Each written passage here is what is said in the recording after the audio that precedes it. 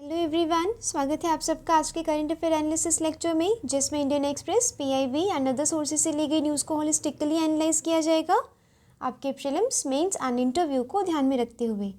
ये लेक्चर आपके UPSC and state BCS exams के लिए उपयोगी साबित होगा।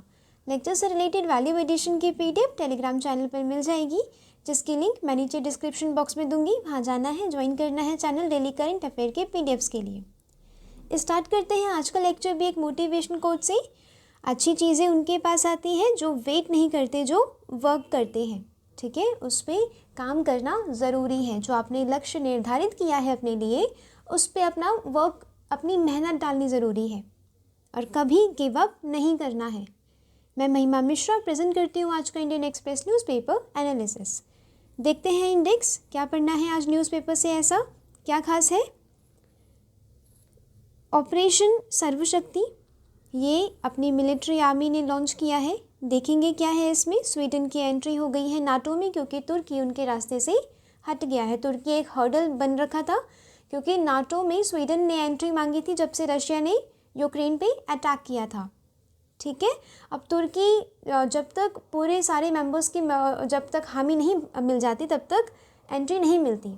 तो अब मिली है स्वीडन को एंट्री। अब देखेंगे नाटो में है क्या ऐसा खास। ये पिछले साल भी न्यूज़ में था, जब से रशिया ने अटैक किया ना, तब से न्यूज़ में है।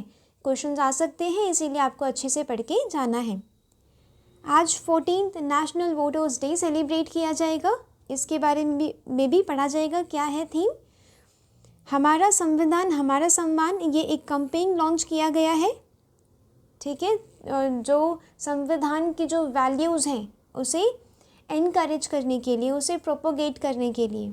ठीक है, नेक्स्ट देखेंगे ये वाली न्यूज़ जो ली गई है, ये पीआईबी से ली गई है। ठीक है, देखेंगे पीएम विश्वकर्मा स्कीम। मैंने ये आपको जब भी लॉन्च की गई थी ना, मैंने आपको तभी भी कवर करवाया था। जिन्होंने कवर नहीं किया है वो आज पढ़ेंगे, जिन्होंने कवर कर लिया है वो रिवीजन करेंगे।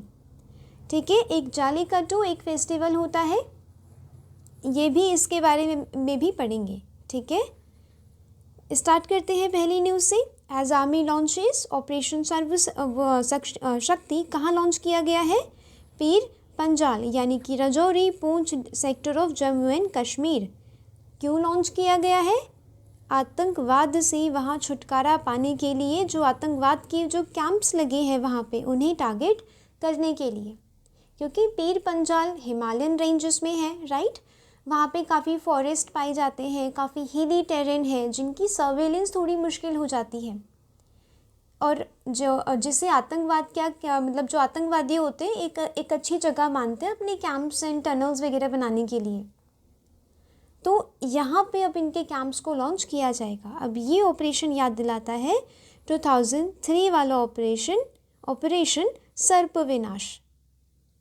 ठीक है, ये भी फ्लश आउट यानी कि टेररिस्ट आतंकवादियों को फ्लश आउट करने के लिए ये ऑपरेशन लॉन्च किया गया था पीर पंजाल में। ठीक है, सर्पविनाश किन सर्कमस्टांसेस में लॉन्च किया गया, यहाँ पे थोड़ा सा इसका बैकग्राउंड दिया गया है। Kargil war of 1999। ठीक है, दिसंबर 13 में पार्लियामेंट में टेररिस्ट अटैक हुआ था 2001 में। जब अभी दिसंबर 13 में हुआ था ना, तब भी ये चीज़ रिमेंबर की गई कि कैसे उस दिन 2001 में भी अटैक हुआ था, राइट। तो इसको देखते हुए क्या है कि ये ऑपरेशन पराक्रम इसके लिए लॉन्च किया गया था कि पाकिस्तान का जो LOC है ना, वहाँ पे काफ़ी ट्रूप्स को डिप्लॉय किए गए, ताकि मोबिलाइज कर सके हम अपने ट्रूप्स अगेंस्ट आतंकवाद। ठीक है, ये चीज़ भी ध्यान रखनी है। ऑपरेशन सर्पविनाश, ये काफ़ी पुराने ऑपरेशंस हैं जो फैक्चुअल इन्फॉर्मेशन में पूछे जा सकते हैं। ठीक है, वन लाइनर में पूछे जा सकते हैं क्वेश्चन में, यूपी PCS में, इसीलिए ध्यान रखना है।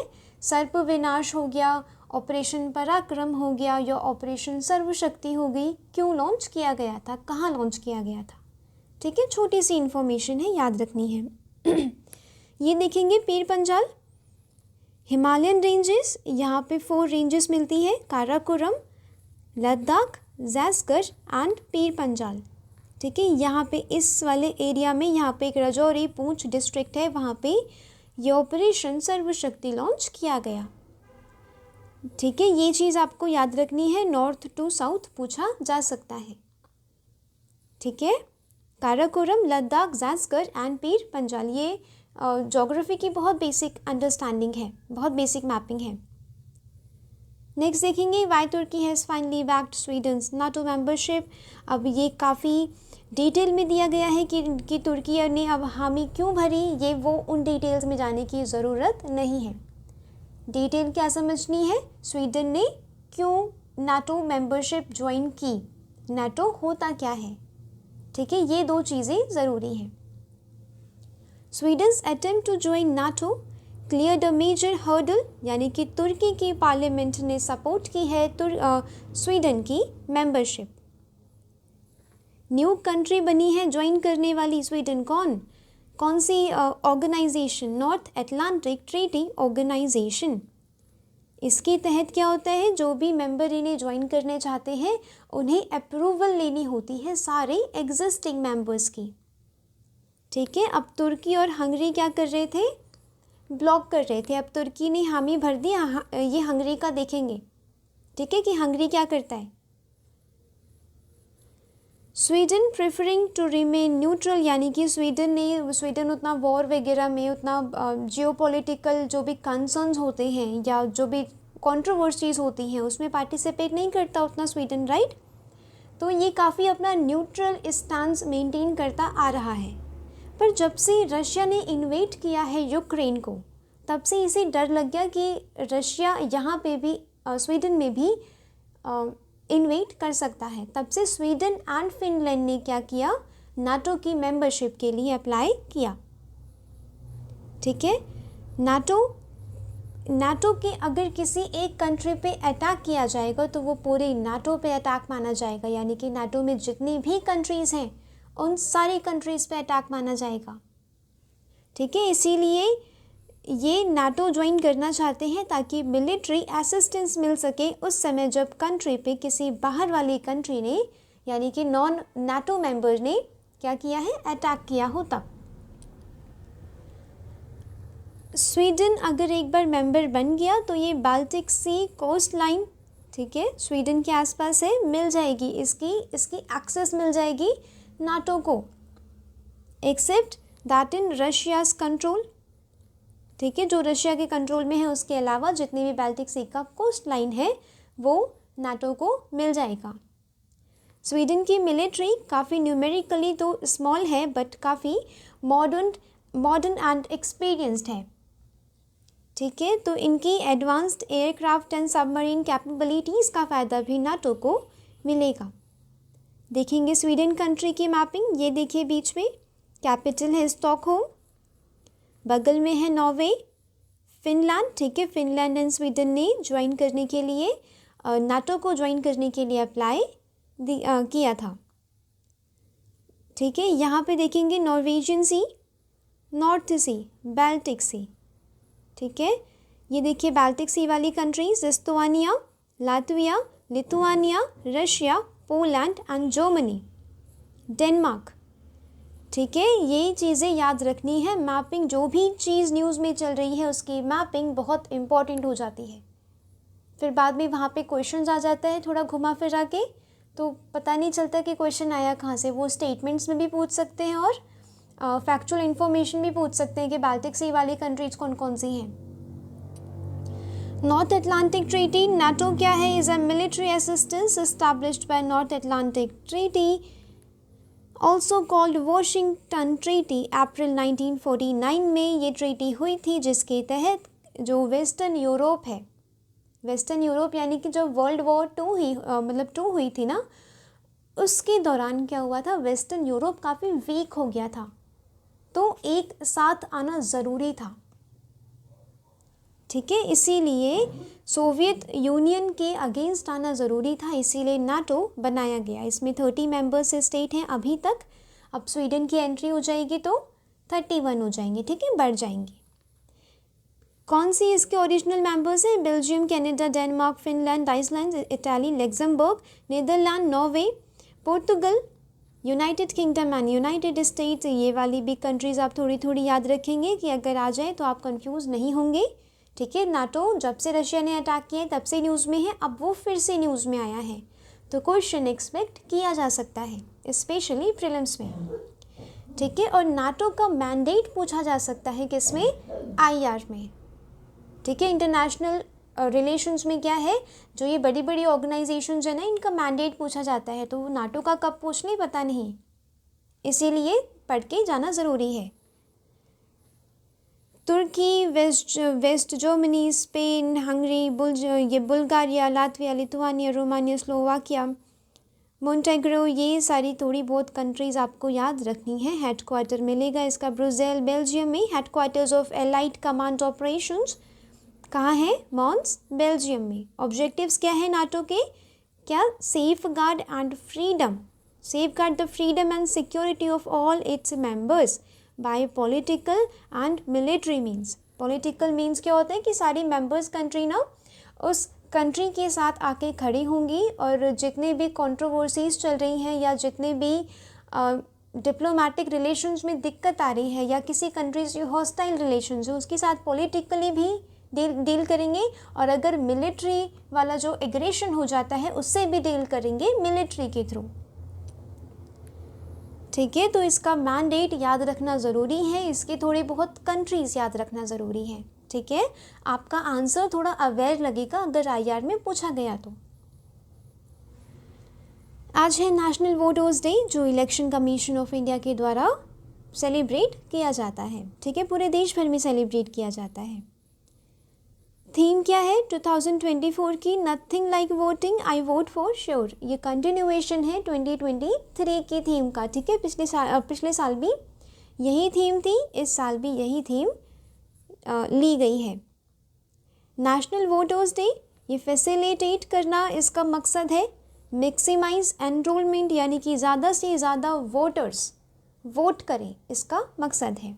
ठीक है, एनकरेज करना है लोगों को जागरूक करना है कि आपका एक वोट कितना ज़रूरी है। मनाया जा रहा है since 2011 across the country to mark the foundation of Election Commission. Election Commission कब बना, 25 जनवरी 1950। ये चीज़ याद रखनी है क्योंकि न्यूज़ में है। It not only encourages the youth to participate in the electoral process but also focuses on the right to vote as a basic right। यानी कि ये सिर्फ एनकरेज ही नहीं करता कि आप पार्टिसिपेट करिए वोटिंग में, पर ये भी जागरूक करता है कि आपका जो राइट है वो आपका बहुत बेसिक राइट है। ठीक है, जिसका निर्वाह ज़रूरी है। National Voters Day is a significant root of India as the future of country lies in the leaders that we choose. यानी कि हम जो कंट्री का लीडर चूज़ करते हैं वो भविष्य निर्धारित करते हैं, राइट। तो ये हमारी जिम्मेदारी बनती है कि हम वोटिंग अच्छे से करें, वोटिंग जागरूक होकर करें। ये थीम मैंने बताई, nothing like voting, I vote for sure. ये चीज़ याद रखनी है, पूछा जा सकता है स्टेटमेंट्स में, लाइक। ठीक है, अब यूपीएससी के जो प्रीलिम्स है उसमें भी स्टेटमेंट्स बना के वो मतलब पूछ लेते हैं थीम वगैरह, तो कंफ्यूज नहीं होना है। ठीक है, जो क्वेश्चन जो चीज़ न्यूज़ में चल रही है उस पर इतनी पकड़ होनी चाहिए कि आपसे वो क्वेश्चन छूटे ना, इतना रिवीजन होना चाहिए आपका। नेक्स्ट देखेंगे, vice president inaugurates pan India campaign. कौन सा कैंपेन है, हमारा संविधान हमारा सम्मान। ये आप एक एग्जाम्पल के तौर पे नोट करेंगे, किसमें, जब कॉन्स्टिट्यूशनल आप एक व्यू पॉइंट प्रेजेंट करेंगे। ठीक है, किसी भी आंसर में जैसे कि कॉन्स्टिट्यूशनल मोरालिटी का क्वेश्चन आया था, राइट। उसमें क्या करना है, PYQ में है कॉन्स्टिट्यूशनल मोरालिटी मेंस में, उसमें ये वाला एग्जाम्पल आप नोट करेंगे अगर ऐसा कोई मतलब क्वेश्चन आता है। ठीक है, कि कैसे संविधान की जो वैल्यूज़ हैं जो ड्रीम्स हैं हमारे फादर्स ऑफ कॉन्स्टिट्यूशन के, वो रियलाइज़ करने के लिए एक सरकार ने एक कैंपेन भी लॉन्च किया है। इसी के तहत न्याय सेतु भी लॉन्च किया गया है by the vice president to extend and expand the reach of legal services till the last mile. आप ऐसे में अगर कोई पॉलिटिकल एंगल या जुडिशियल एंगल आप प्रेजेंट करेंगे तो ये एग्जाम्पल के तौर पे लिखेंगे कि कैसे वुल्नरेबल सेक्शन को न्याय पहुंचाने के लिए न्याय सेतु लॉन्च किया गया है। एग्जाम्पल मतलब एग्जामिनर को ना एग्जाम्पल्स अच्छे लगते हैं, स्पेशली एसे में, तो आपको एग्जाम्पल्स कलेक्ट करके रखने हैं अपने पास। हमारा संविधान हमारा सम्मान कंपेइंग एफर्ट्स टू मीट, ये लीगली एम्पावर करना है इसका काम। मार्जिनलाइज्ड कम्युनिटीज़ को to provide them access to justice. ठीक है, ये चीज़ ध्यान रखनी है। नेक्स्ट देखेंगे, PM Vishwakarma beneficiaries invited as a special guest to witness the Republic Day parade 2024 at Kartavya Path. ये PIB से ली गई है ये दोनों न्यूज़। ठीक है, वो कंपेइंग भी और ये भी। इसमें क्या है, पीएम विश्वकर्मा जब लॉन्च की गई थी इंडिपेंडेंस डे के दौरान पिछले साल, मैंने ये तब भी आपको पढ़ाया था अच्छे से, और ये आज फिर से न्यूज़ में है कि जो रिपब्लिक डे है उस दिन स्पेशल गेस्ट के रूप में बुलाया जाएगा किन्हें, जो पीएम विश्वकर्मा के बेनिफिशियरीज हैं। यहाँ पे इम्पॉर्टेंट हो जाती है अपने लिए पीएम विश्वकर्मा स्कीम को पढ़ना। स्कीम किस लिए डिज़ाइन की गई है? To uplift traditional artisans and crafts people engaged in various occupations like blacksmithing, जो कारपेंट्री का काम करते हैं, बढ़ई हैं, ठीक है, जो पॉटर्स हैं, यानी कि जो भी ट्रेडिशनल जो काम होते थे ना, जो उनके दादा बाबा किया करते थे, उस काम को आगे बढ़ाने के लिए पीएम विश्वकर्मा स्कीम लॉन्च की गई है। ठीक है, क्योंकि आर्टिजन्स की काम ना, स्पेशली कुम्हार का काम हो गया, पॉटर्स हो गए, या जो बढ़ई का काम हो गया, ये उतने रिकॉग्नाइज नहीं किए जाते हमारी सोसाइटी में, हमारी इकोनॉमी में, राइट। तो इसीलिए इसे रिकॉग्नाइज करने के लिए पीएम विश्वकर्मा स्कीम को लॉन्च किया गया है। ये चीज़ ध्यान रखनी है। PM Vishwakarma as it is पूछा जा सकता है, इसके फीचर्स पूछे जा सकते हैं प्रीलिम्स में, राइट। और ये आप एक एग्जाम्पल के तौर पे नोट कर सकते हैं अपने ऐसे के लिए। ठीक है, जब आप culture of India, tradition of India को आप कहीं पे शो करेंगे तो आप ये स्कीम का नाम डालेंगे। बस आपको यूटिलाइजेशन आना चाहिए। ठीक है, कि आप जो न्यूज़ पढ़ रहे हैं आप उसे कैसे यूटिलाइज करेंगे अपने prelims, mains and interview point of view से। फिर आप मेंस में देखेंगे, अच्छा ये मेरे GS पेपर 2 में काम आ सकता है, क्योंकि वुल्नरेबल सेक्शंस के लिए स्कीम है, राइट। गवर्नमेंट इंटरवेंशन है, साफ साफ टॉपिक है उसमें, तो GS पेपर 2 में ऐसे में काम आ सकता है। ये इंटरव्यू में अगर मैं वुल्नरेबल सेक्शंस के लिए कुछ बोलूँगी तो ये काम आएगा। ठीक है, ये चीज़ ध्यान रखनी है कि न्यूज़पेपर का एनालिसिस कैसे होता है। इम्प्लीमेंट किया जाएगा as a central sector scheme, यानी कि ये फुल्ली फंडेड है बाय गवर्नमेंट ऑफ इंडिया। कौन सी मिनिस्ट्री है? Ministry of MSME, micro small and medium enterprise. Implemented by, जो मिनिस्ट्री बताई अभी, ministry of skill development and entrepreneurship and department of financial services, ministry of finance, यानी कि इन मंत्रालयों के कोलैबोरेशन के द्वारा ये स्कीम को अच्छे से इम्प्लीमेंट किया जाएगा। इसका मकसद क्या है? Recognition and support. जो क्राफ्ट्स पीपल हैं, आर्टिजन्स हैं, उन्हें एनरोल जो करेंगे इस स्कीम में, उन्हें एक सर्टिफिकेट दिया जाएगा, पीएम विश्वकर्मा सर्टिफिकेट, और एक आईडी दी जाएगी। स्कोप एंड कवरेज क्या है? ये 18 traditional trades across both rural and urban areas को कवर करता है। ठीक है, ये चीज़ ध्यान रखनी है, बहुत इम्पॉर्टेंट है। मैं जो भी न्यूज़ में कराऊँ उसे बहुत अच्छे से पढ़ना है, रिवाइज करना है। ठीक है, मैं सारी इम्पॉर्टेंट चीज़ें आप सबके लिए लेके आती हूँ। आपको ये घबराने की ज़रूरत नहीं है कि ये नहीं पढ़ाया, वो नहीं पढ़ाया। ठीक है, जो भी इम्पॉर्टेंट है मैं वो यहाँ पे कवर करवाती हूँ। नेक्स्ट देखेंगे जालीकट्टू, ये एक बुल टेमिंग फेस्टिवल है तमिलनाडु का। ठीक है, यहाँ पे क्या होता है, रिलीज़ कर दिया जाता है वाइल्ड बुल को इन क्राउड लोगों की भीड़ में, और जो लोग इससे थोड़े बहुत ट्रेंड होते हैं, राइट, वो लोग बुल की थोड़ी सींग वींग पकड़ के क्या करते हैं, बुल को कंट्रोल करते हैं एंड उसके ऊपर चढ़ के राइड करते हैं, राइट। ये क्या है? फेस्टिवल है। अभी यहाँ पे ना कुछ कंसर्न्स उठाए जाते हैं इस फेस्टिवल को लेके। क्या कंसर्न्स है कि ये एनिमल जो राइट है उसका उल्लंघन कर रहा है। ठीक है, कि ये ना प्रीलिम्स मतलब मेंस का एक क्वेश्चन था कि कैसे इंडिया के कल्चर के नाम पे ना कि मतलब क्या क्या चैलेंजेस हैं इंडिया के लिए, तो आप उसमें इसका मेंशन कर सकते हैं कि कैसे जालीकाटो में कंसर्न्स उठाए जा रहे हैं कि वो एक मतलब एनिमल के अगेंस्ट है। ये कुछ चैलेंजेस अभी भी हमारे इंडिया में कल्चर में प्रिवेल करते हैं। ठीक है, तो आज के लिए न्यूज़पेपर में था बस इतना ही। मिलते हैं कल। लेक्चर की PDF टेलीग्राम चैनल पर मिल जाएगी, जिसकी लिंक मैं नीचे डिस्क्रिप्शन बॉक्स में दूंगी। वहाँ जाना है, ज्वाइन करना है चैनल डेली करंट अफेयर के PDFs के लिए। ये आपको आज के आज ही नोट कर लेना है, ठीक है, ताकि आपके पास खुद के बनाए हुए नोट्स हो जो एग्ज़ाम के 2 दिन पहले भी रिवाइज़ किए जा सके। PDFs बाद में नहीं खोलनी है, PDFs बाद में खुलती भी नहीं है। एग्ज़ाम के में सिर्फ 2 दिन बचे ना, तो आप PDFs नहीं खोलेंगे, हंड्रेड्स ऑफ PDFs नहीं खुलती फिर बाद में। इसीलिए खुद के नोट्स बनाने हैं, उसी नोट्स पे रिलाई करना है, चाहे ई-नोट्स बनाएं चाहे हैंड रिटन बनाएं। बात समझ आ रही है? यही चीज़ करनी है आपको। तो मिलते हैं कल। Thanks for watching. Thank you so much.